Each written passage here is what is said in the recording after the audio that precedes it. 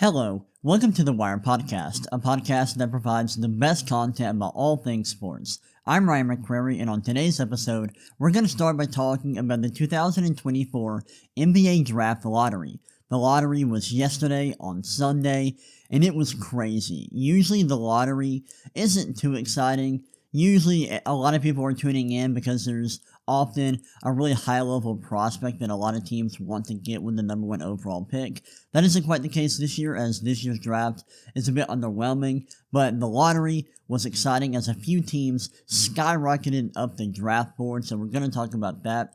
After that, I want to talk about the NBA playoffs a little bit, and I'm going to talk about two series specifically, the Nuggets versus Timberwolves series, as well as the Pacers versus Knicks series. Both of those series are on to Game 5 now, and I want to talk about what we've seen during those series through the first 4 games. That's what we have on tap for today's episode. I hope you're excited, I know I am, and let's go ahead and dive right in.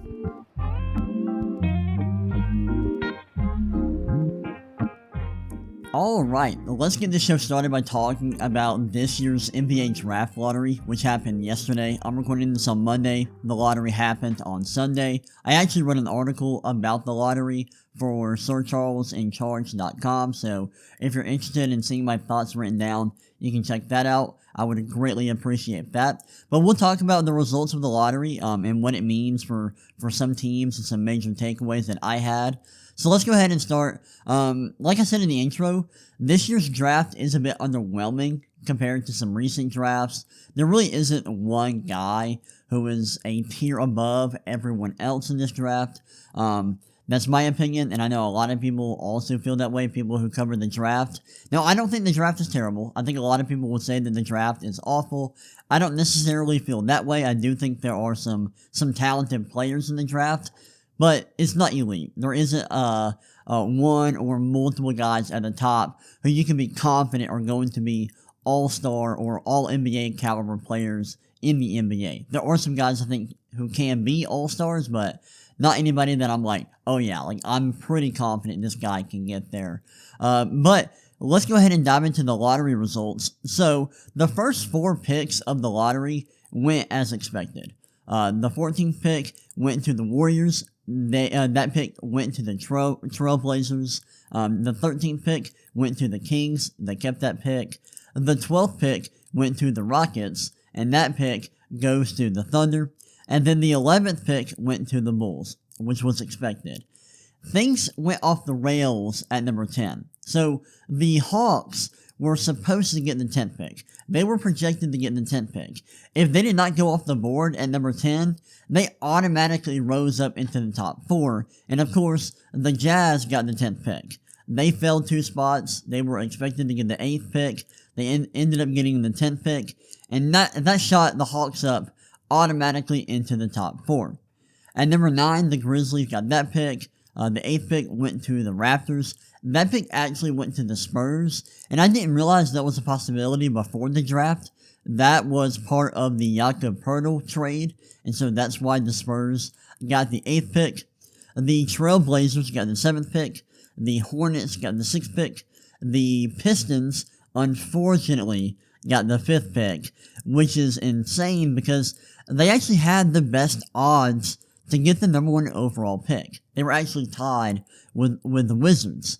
And so, despite having the worst record in the entire league, they fell outside the top 4. And to make things even crazier, this same exact scenario happened last year. They finished with the worst record in the league last year and fell outside the top 4 and got the 5th pick. So, really bad luck for the Pistons. That's really unfortunate. At number 4, the Spurs got that pick, so they rose up into the top 4. At number 3, the Nets got the 3rd pick, but that pick goes to the Rockets as part of the James Harden trade. The Wizards got the 2nd pick, and then of course, the Atlanta Hawks got extremely lucky, won the lottery, and got the number 1 overall pick in the 2024 NBA Draft. Crazy lottery. As a Hawks fan myself, I was pumped. I was super excited. We've had a rough last couple of years in Atlanta, and so to have something like this go our way was huge. We had a 13.9% chance to get a top 4 pick and just a 3% chance to get the number 1 overall pick. So that just shows you how insane it was that we got the number 1 overall pick and how lucky we got. That's incredible. I do want to talk about some big takeaways and what the lottery means for a few teams. And let's start with the Atlanta Hawks. So the Atlanta Hawks, right now, the consensus number 1 overall player in the class is Alex Sarr, who is a center from France. He's tall, he's young, very mobile for his size. He can shoot a little bit. He's a good rim protector, pretty good defensively. I haven't, done a deep dive into his profile, but from what I've seen, I have watched a couple of games of him. I've been impressed. And so, if the Hawks did take him number 1 overall, I would be excited. As a Hawks fan, I would be very okay with that. Outside of him, there are some guys that I would like at number 1. And I haven't watched everybody, but a few guys that I have broken down and that I do think would be okay picks at number 1. Donovan Clingan, I think he would make sense. Even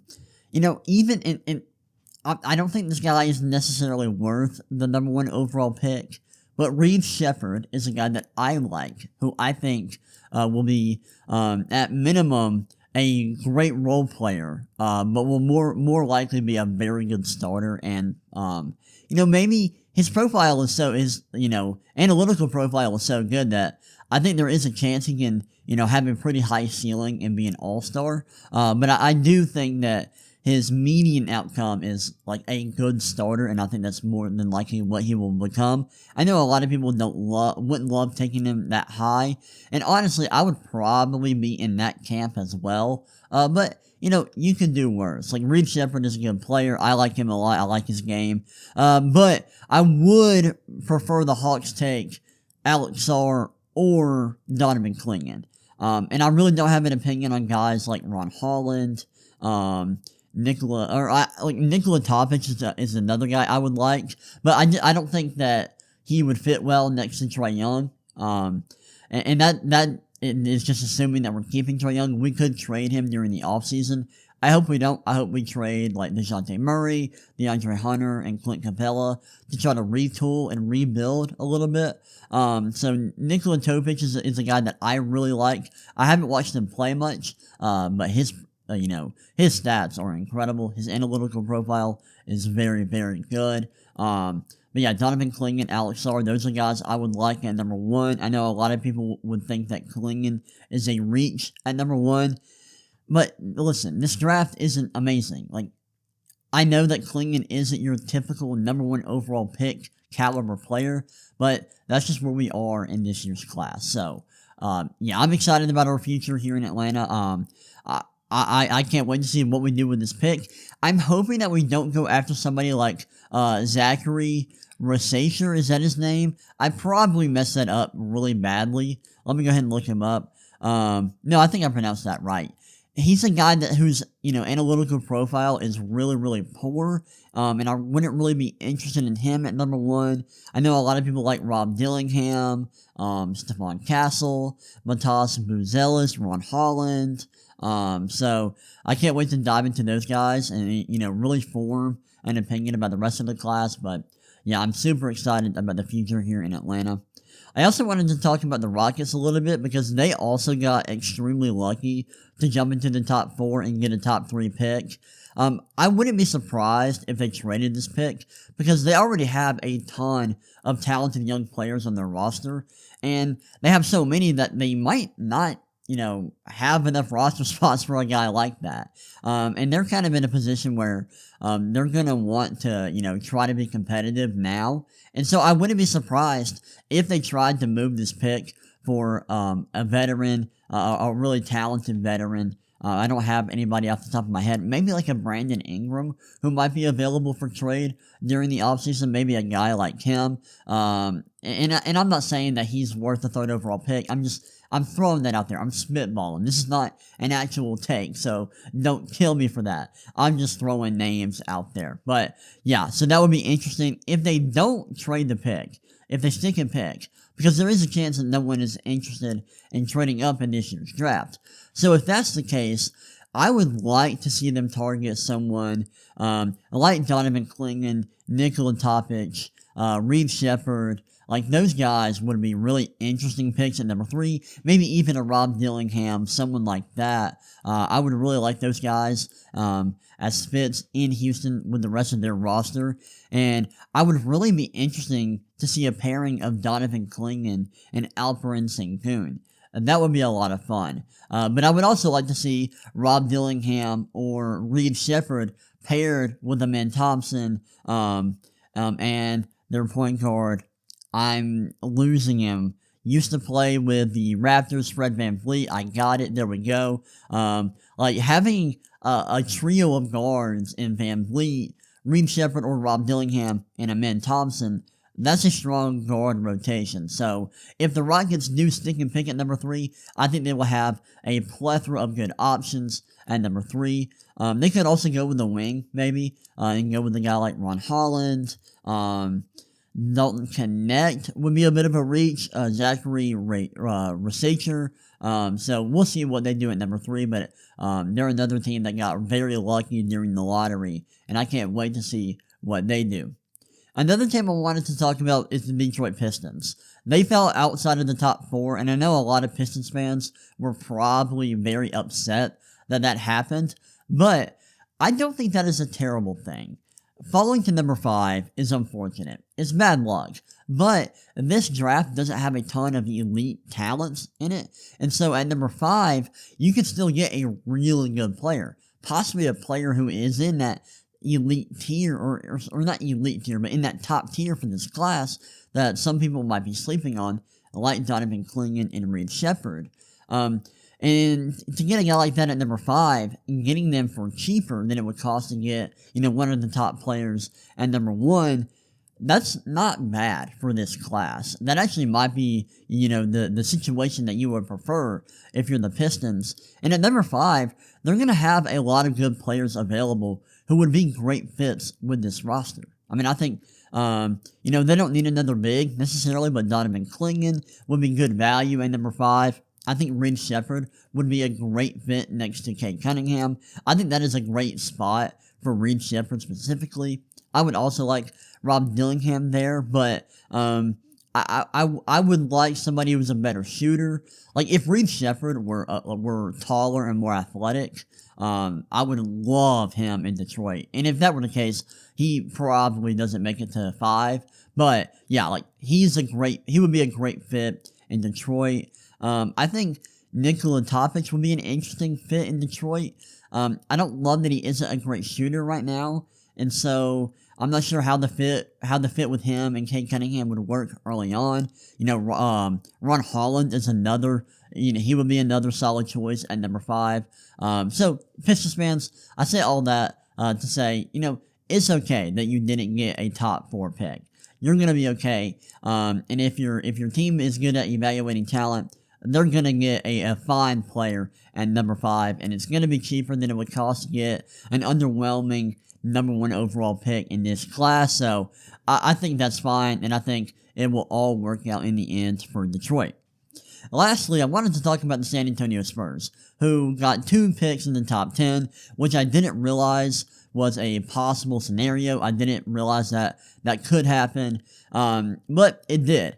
And man, I really like what the Spurs could do here. They've got a lot of needs on their roster. They desperately need a point guard, so I would love to see them get Rob Dillingham or Nikola Topic at 4 or 8. I would also like to see Reed Shepherd go there, just to give them some more shooting. They also could use some defense, but there aren't like a lot of good wing defenders at the top of this year's class, so I'm not sure that would be I'm not sure there's a type of player that will be worth a top 10 selection here. I would love Donovan Clingan next to Victor Wembanyama, maybe even a Kyle Filipowski, and I don't think Filipowski is going to go top 10, at least right now. I'm not sure that he's going to go that high, but I think he would be a good fit in San Antonio next to Victor Wembanyama, so I would like that. But whatever the Spurs do, I want them to get a point guard with one of their picks, preferably at number 4. And then at number 8, maybe, you can go with like a big, because there are a lot of good big man prospects in this year's class, who could be a great fit next to Victor Wembanyama. And then I would also like for them to consider Reed Shepherd wherever they can get him.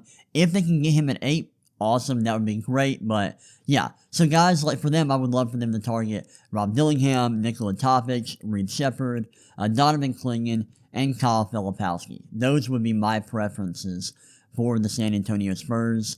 And if they can do that, that would really help out their roster. That would make them a lot better. And that would give them a really bright future in San Antonio. But yeah, those are my thoughts for this year's NBA Draft Lottery. I don't think there's anything else I really wanted to talk about. I really wanted to focus specifically on those 4 teams that I talked about, and I wanted to highlight all the craziness that went on in this year's draft lottery. But those are my thoughts on this year's draft lottery. It was insane, and I can't wait to see how this year's draft plays out. Alright, now let's talk about the NBA playoffs a little bit, and let's start by talking about the Nuggets-Timberwolves series. This series has been so much fun. The number 2 seeded Denver Nuggets and the number 3 seeded Minnesota Timberwolves are currently tied 2-2 after the first 4 games of the series. And the first 2 games of the series were insane because the Timberwolves went up 2-0 and they looked awesome in the first 2 games, especially in Game 2. Game 2 was really crazy.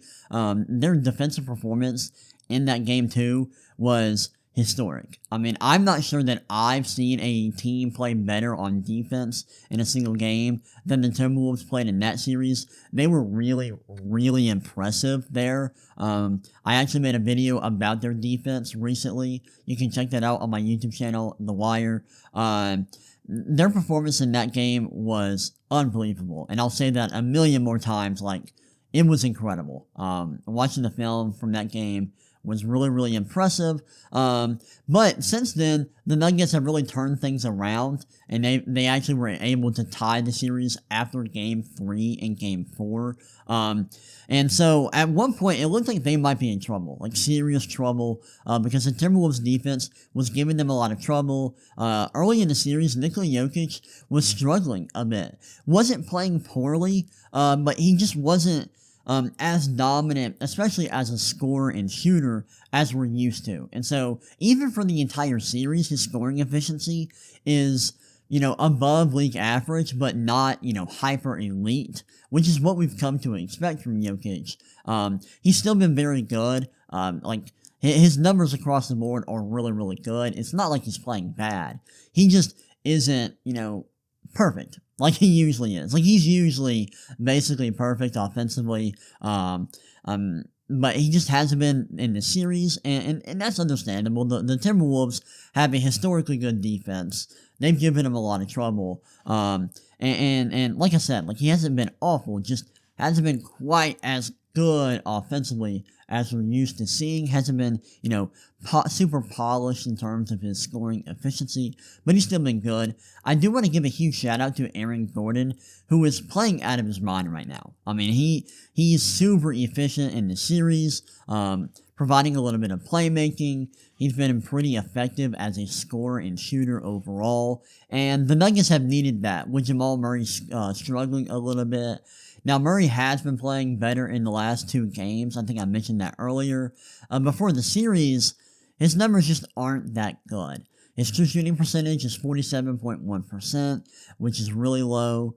His assist rate is 20.6%, which I think that's close to like his usual, but I'm pretty sure that's a little bit lower than usual for him. The Nuggets have an offensive rating of 96 when he's on the floor, which is really, really low. That's not very good. And just overall, he just hasn't been, effective as a shooter or scorer overall, and they need him to be. Like, if the Nuggets want to, win the title, Jamal Murray has to be good as a shot creator, and that's hard. Like, the role that he is asked to play is difficult. It's not easy, but he has shown time and time again that he can be good in that role, and right now, he's just on a bit of a cold streak, and that happens, but the Nuggets really need him to bounce back in a big way for the rest of the series if they want to not only beat the Timberwolves, but also make a run at a title. Now, Michael Porter Jr., he's another guy that's been playing fairly well. He hasn't been as good as he was like against against the Lakers, but he's still been pretty good, shooting the ball really, really well. But yeah, and for the Timberwolves, they're still playing well. They haven't been as good over the last 2 games as they were earlier this series. Their defense hasn't quite been as dominant. The Nuggets have really made some good adjustments to counter their defense, and it's worked out well. But Anthony Edwards, he's been insane this series. I mean, he was awesome in Game 4, and he's been awesome for the entire series, averaging like 33 points, 5 rebounds, 5 assists per game on incredible efficiency, 69.8% true shooting, 44.4% shooting from 3. He's been unbelievable.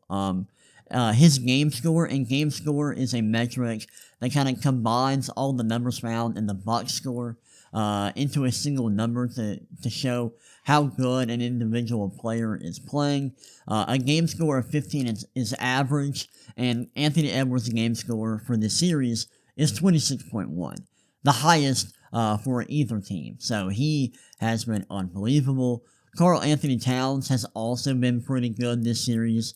He's been very, very solid. Outside of him, though, not a ton of players have been great for the Timberwolves. Mike Conley has been pretty good. I would give a shout out to Naz Reid. Hasn't been perfect, but he's been pretty good offensively. He's shooting really well from 3 in this series, which is interesting. I would like to see, Karl Anthony Towns and Rudy Gobert, play better throughout the rest of the series than they did in over the last 2 games. I don't think they've been perfect in the last 2 games. I think they can play better. So they need to step it up. Mike Conley, he's been very solid this series. You'd like to see him continue to play well. And Anthony Edwards, like I said, he's been awesome. He's been playing out of his mind. And the Timberwolves, they can still win this series. It's not like the series is over, but they will have to play better than they did the last 2 games if they want to win the series. But I do think this series will be a rock fight for the rest of the series. It's going to be tough, and I would not be surprised if this series goes 7 games. These 2 teams are really freaking good. Like, they are incredible. They've been playing well. They match up well. And I don't think the Nuggets suddenly, solved the Timberwolves defense and is going to run away with the rest of the series. I don't think that's going to happen whatsoever. I think it's going to be close. And I really can't wait to see what the rest of the series looks like, because this is a great matchup. And it's super close. I mean, when you look at the 4 factors, and the 4 factors are like these stats that are like the 4 most important factors when it comes to winning basketball games. This was an idea that Dean Oliver, a famous statistician, came up with, and these 4 factors are effective field goal percentage, turnover rate, offensive rebound rate, and free throw rate. And in this series, the Nuggets and Timberwolves are like neck and neck in every metric, except for like free throw rate. The Nuggets do have a decent edge in this metric, but everything else, it's like neck and neck. And like the team's offensive ratings are neck and neck. So like this series is very close, and I expect it to be that way for the rest of the series. But yeah, I've been really impressed by both teams at different points throughout the series. And I hope that they continue to have a very tight battle for the rest of the series, and hopefully it goes to Game 7, because that would be a lot of fun. But yeah, those are my thoughts for this series, and let's go ahead and move on and talk about the Knicks versus Pacers. Alright, let's close out today's episode of the podcast by talking about the Knicks versus Pacers series. This is another series that has been very close, despite one team looking awesome in the first 2 games. The Knicks won Game 1 and 2 at home, but after that, the Pacers came back and won the Knicks 2 games, Games 3 and 4 at home for them. And so now the series is tied 2-2 after Game 4, and it's been a fun series. It's been very interesting. The Pacers did destroy the Knicks in Game 4. That's really the only game in this series that hasn't been close, but the rest of the games have been very tight, very close. except for that game 4. Let's start by talking about the Knicks a little bit. They've been playing well this series. Jalen Brunson hasn't been amazing. Like he's been pretty good, but hasn't been amazing. His box score numbers look fine, but like his efficiency isn't quite what you would like to see from him. He's scoring 29 points a game, grabbing around 3 rebounds a game, and he's got about 6 assists per game, but his true shooting percentage is 56.4%. He's shooting less than 30% from 3. You would like to see that get better, and it can. I think this is just, small sample size here, but for the Knicks to win this series, he will need to play better. And I know that his role was super difficult. Like, his usage rate in this series is just under 36%. That's a tough load to handle as a smaller guard, and so I get that. But he's got to play better if the Knicks have any chance of making a deep run and getting to the conference finals. He's got to be a little bit more effective in his role, but I think he can do that. Like, I'm not saying that he can't do that throughout the rest of the series, but he does need to play better, and I would like to see him be more effective as a long-distance shooter. Dante DiVincenzo has been really good this series. He stepped up in a big way, shooting really well from distance, averaging around 24 points per game in this series. He's been very good. He's been awesome. And the Knicks have really needed him to step up in a big way offensively, and he's done just that. So shout out to him. Josh Hart has also been pretty good. Gotta give a big shout out to him. He's been really, really effective as a rebounder. Weirdly, he's averaging around 12 rebounds per game during this series, which is really interesting. He's also shooting over 40% from 3, which is interesting. He's only taken 7 though, so it's like very small sample size, but you like that. And he's averaging around 14 points per game, which is great.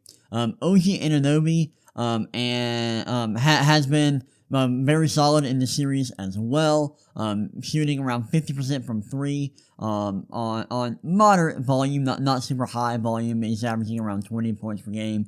He's been good in this series. And then Isaiah Hartenstein, my favorite player. I love Hartenstein. He's like one of those analytic darlings that I love. I'm a big fan of him, and he's been super solid in this series as like a very efficient scorer and a very solid passer. So you love to see that. Alec Burks has also stepped up in a big way off the bench. Hasn't played a ton in this series. In the series, only has played 45 minutes, but he's been very solid. And then outside of them, I don't have a whole lot to say about them. Offensively, the Knicks have been pretty good in the series. They have an offensive rating of 119.4, which is pretty good. You love to see that. They've been really good on the offensive glass. They've been really good at getting to the free throw line. Been super effective in that regard. And so they've been great.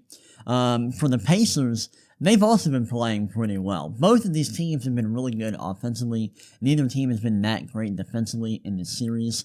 Tyrese Halliburton, he stepped up in a big way. He's been playing really well this series. There's been times in this playoffs where his numbers haven't looked that great, but for this series specifically, he's been really good, averaging around 24 points, 5 rebounds, and 7 assists per game. Also 2 steals per game, which you'll love to see. And he's been super efficient. Has a true shooting percentage of 68.8%, and he's shooting over 45% from 3, which is awesome. He's been amazing offensively. The Pacers have an offensive rating of 137 when he is on the floor, which is awesome. And he's been really active in terms of racking up steals. Pascal Siakam hasn't been amazing this series. You would like to see him be better than he's been, but he's still been solid, averaging like 18 points, 7 rebounds, and 3 assists per game on above league average efficiency, but you would love to see him step up a bit, shoot better from 3. His 3-point percentage has been a bit low in this series, so you would like to see him be a little bit better on that end of the floor, and maybe be a little bit more active on defense, but he's still been okay. Miles Turner, he's been solid. He's been really effective as a 3-point shooter. he's been really good in this series. He's, solid grabbing rebounds, and he's been very efficient in his own regard. And then T.J. McConnell and Obi Toppin have also been pretty good in their own right. T.J. McConnell actually has the highest assist rate in the entire playoffs, which is very impressive. Hasn't been super efficient as a scorer, but he is shooting around 40% from 3, albeit on low volume, and he's been very productive as a passer and in terms of racking up steals.